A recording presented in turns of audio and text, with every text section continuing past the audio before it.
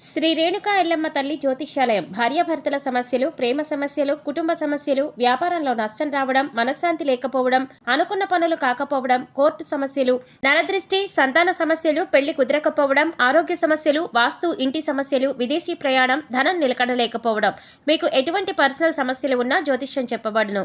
కోయా గురూజీ లక్ష్మణరాజు గారు. Cell number 8466923012. ఓం శ్రీ మాత్రే నమః.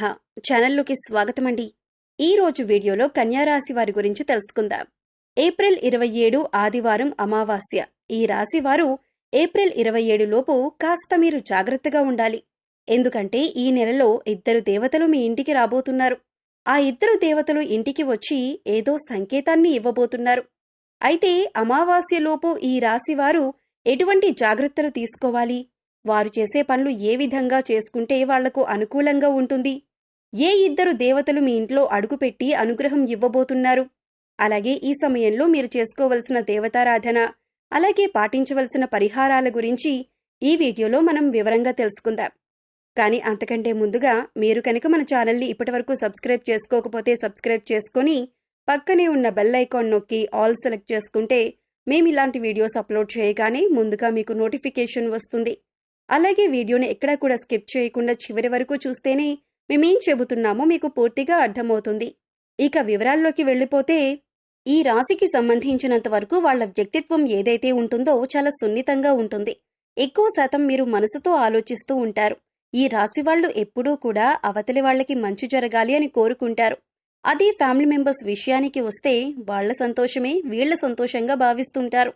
అలాగే వాళ్లు దానికోసం ఏదైనా చేస్తారు. వాళ్లకి కష్టమైనా సరే, దాంట్లో వాళ్లకు నష్టమైనా సరే, అవతలి వాళ్లకు మంచి జరుగుతుంది అని అనిపిస్తే ఖచ్చితంగా పని చేయకుండా ఉండరు. ఎదుటివారికి సాయం చేయటంలో ముందుంటారు. వేరే వాళ్లని ఎక్కువగా సంతోషపరచాలని, అలాగే వాళ్లని సాటిస్ఫై చేయాలని ఆలోచిస్తుంటారు. చాలాసార్లు ఈ మంచితనమే మిమ్మల్ని ముంచేస్తుంది. అలాగే ఎక్కువ శాతం మీరు మనసులో మాటని వేరే వారికి చెప్పటానికి ఇబ్బంది పడుతూ ఉంటారు, జంకుతూ ఉంటారు. ఎవరికీ కూడా మీ మనసులో బాధను చెప్పరు.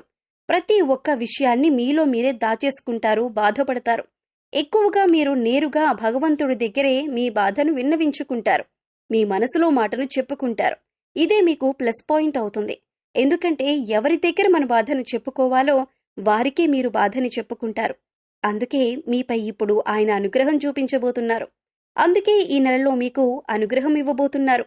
ఇక రాబోయే టైంలో మీరైతే తీసుకోవాల్సిన కొన్ని జాగ్రత్తలు ఏవైతే ఉన్నాయో అవి ఖచ్చితంగా తీసుకోవాలి. ఇటువంటి జాగ్రత్తలు తీసుకోకపోతే స్వయానా మీ చేతులతో మీరే మీ కాలు మీద కత్తి వేసుకున్నట్లే అవుతుంది. అంటే మీరు చేస్తున్న పనులను మీరే చెడగొట్టుకున్నవారు అవుతారన్నమాట.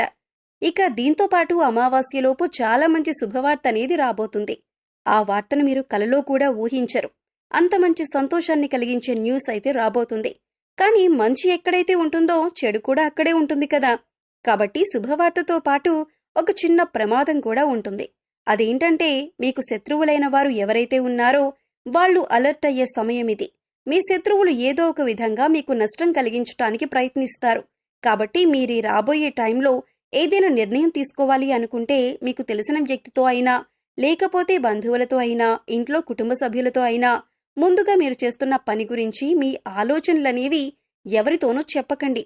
ఎందుకంటే మీరు చేసే ప్రతి పనికి ఆటంకం తీసుకురావటానికి మీ శత్రువులు రెడీగా ఉన్నారు. కాబట్టి ఈ విషయంలో మీరు కంపల్సరీగా ఖచ్చితంగా జాగ్రత్త తీసుకోండి.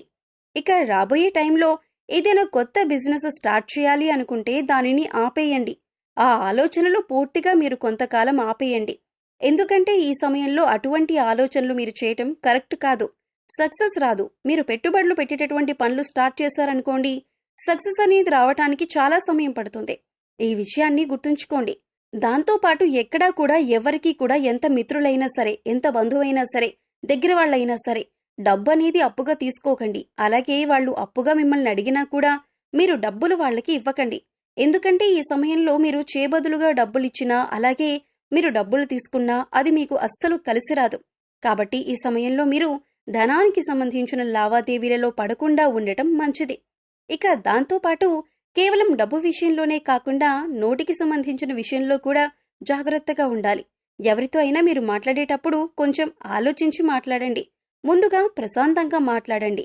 ఆవేశపడుతూ కోపాన్ని ప్రదర్శిస్తూ మీరు మాట్లాడారంటే చాలా సమస్యల్లో పడే అవకాశం ఉంది. భవిష్యత్తులో చాలా సమస్యలకు దారి తీస్తుంది.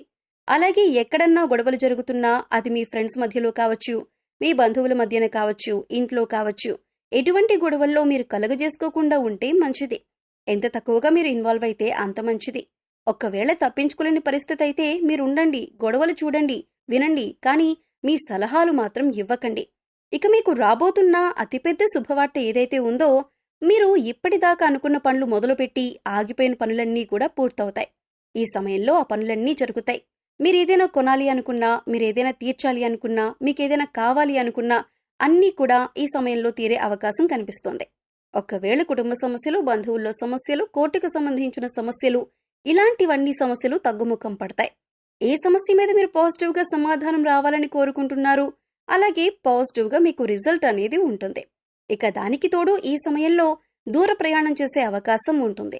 అలాగే ఈ ప్రయాణంలో కూడా మీరు మంచిగా ఎటువంటి గొడవలకి తావు లేకుండా ప్రయాణాన్ని ప్లాన్ చేసుకోండి. హ్యాపీగా ఎంజాయ్ చేయండి. మీ ప్రణాళికలని బట్టే మీ ట్రావెలింగ్ అనేది విజయవంతమవుతుంది. ఎక్కువ శాతం మీ మైండ్ని ప్రశాంతంగా ఉంచుకోండి.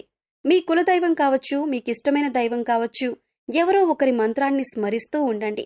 ఈ నెలంతా కూడా మీకు వీలైతే తప్పకుండా ప్రతినిత్యం దేవాలయానికి వెళ్ళండి. మీ పేరు ఏదైతే ఉందో ఆ పేరుకు సంబంధించిన దైవాన్ని దేవాలయానికి వెళ్లి దైవ దర్శనం చేసుకోండి. లేదు కుదరలేదు అన్న పక్షంలో కనీసం ఆ దైవం పేరునైనా స్మరిస్తూ ఉండండి. మీకంతా మంచి జరుగుతుంది. ఇక దీంతో పాటు మీ హెల్త్ విషయంలో కూడా మీరు జాగ్రత్తలు తీసుకోవాలి. ఎందుకంటే ఈ టైంలో మీకు జలుబు, దగ్గు, ఒంటికి సంబంధించిన ఆరోగ్య సమస్యలు వచ్చే అవకాశం ఉంది.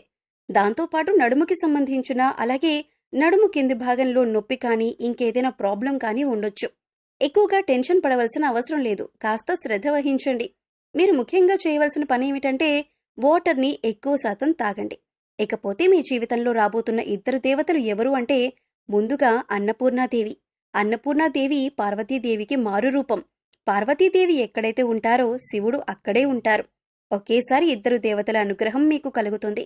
అన్నపూర్ణాదేవి ఎక్కువ శాతం ఎక్కడ ఉంటుందంటే మన కిచెన్ భాగంలో ఉంటుంది.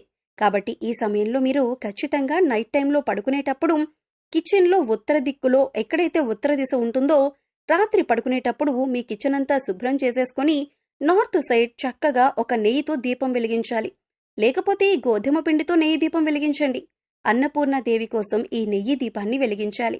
వెలిగించిన తర్వాత మీరొచ్చేసి పడుకోండి. మరుసటి రోజు ఉదయాన్నే కొండెక్కిన ఆ దీపాన్ని తీసేసి గోధుమ పిండితో అట్టు వేసి ఆవుకి కానీ కుక్కకి కానీ తినిపించండి. ఇలా చేసినట్లయితే నిత్యం మీ మీద అన్నపూర్ణాదేవి కటాక్షం అనేది ఉంటుంది. ఇక రెండోది ధనిత్రాదేవి. ధనిత్రాదేవి అంటేనే దేవుళ్ళందరికీ వైద్యం చేసేవాళ్ళన్నమాట. ఇక ధనిత్రాదేవి కూడా మీ ఇంటికి వస్తుంది. ఇక ఎక్కడైతే ధనిత్రాదేవి అడుగు పెడుతుందో అక్కడ ఎటువంటి ఆరోగ్య సమస్యలు ఉండవు. కాబట్టి ఈ ఇద్దరు దేవతలు మీ ఇంటికి రాబోతున్నారు. మరిన్ని శుభ ఫలితాలు పొందటం కోసం ఈ రాశివారు చేయవలసిన దేవతారాధన చూసుకున్నట్లయితే ఈ నెలంతా అన్నపూర్ణాదేవి కటాక్షం కోసం ఆమె పేరు నిత్యం పారాయణం చేయటం వలన కుటుంబ సభ్యుల యొక్క ఆరోగ్యం అనుకూలంగా ఉంటుంది. ఎటువంటి ఆకలి బాధలు దరిచేరవు. ఈ సమయంలో మరింత అభ్యున్నతిని పొందటం కోసం వీరు పాటించవలసిన పరిహారాలు చూసుకున్నట్లయితే అన్నపూర్ణాదేవి ఆలయంలో అన్నదానం చేయించండి. అలాగే ఆవులకు ఆహారాన్ని తినిపించండి. సో చూశారు కదండి, వీడియో నచ్చితే ఖచ్చితంగా లైక్ చేయండి. మరిన్ని మంచి మంచి వీడియోల కోసం ఇప్పుడే మా ఛానల్ని సబ్స్క్రైబ్ చేసుకోండి. అలాగే మీ ఫ్రెండ్స్ అండ్ ఫ్యామిలీ మెంబర్స్లో ఎవరైనా కన్యా రాశి వారు ఉంటే వారితో ఈ వీడియోని షేర్ చేసుకోండి. మరో చక్కటి వీడియోతో మళ్ళీ కలుద్దామండి. ఓం శ్రీ మాత్రే నమః.